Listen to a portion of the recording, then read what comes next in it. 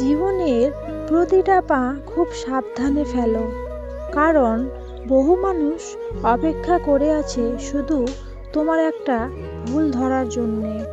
অতীতের ভুল নিয়ে আফসোস করো না, সামনের কাজগুলো নির্ভুলভাবে করার জন্য তোমার সব শক্তিকে কাজে লাগাও। কি বলা হচ্ছে সেটি হৃদয়ে ধারণ করো। কে বলেছে সেটি বিবেচ্য নয়। পথের ভিখারিও কখনো তোমাকে পৃথিবীর সবচেয়ে মূল্যবান পরামর্শ দিতে পারে। মানুষের দাম বেড়ে যায় কখন জানো? যখন তুমি তাকে আপন ভেবে গুরুত্ব দেবে, তখন সে তোমাকে এমন ভাব দেখাবে যেন তার কাছে তোমার কোনো মূল্য নেই।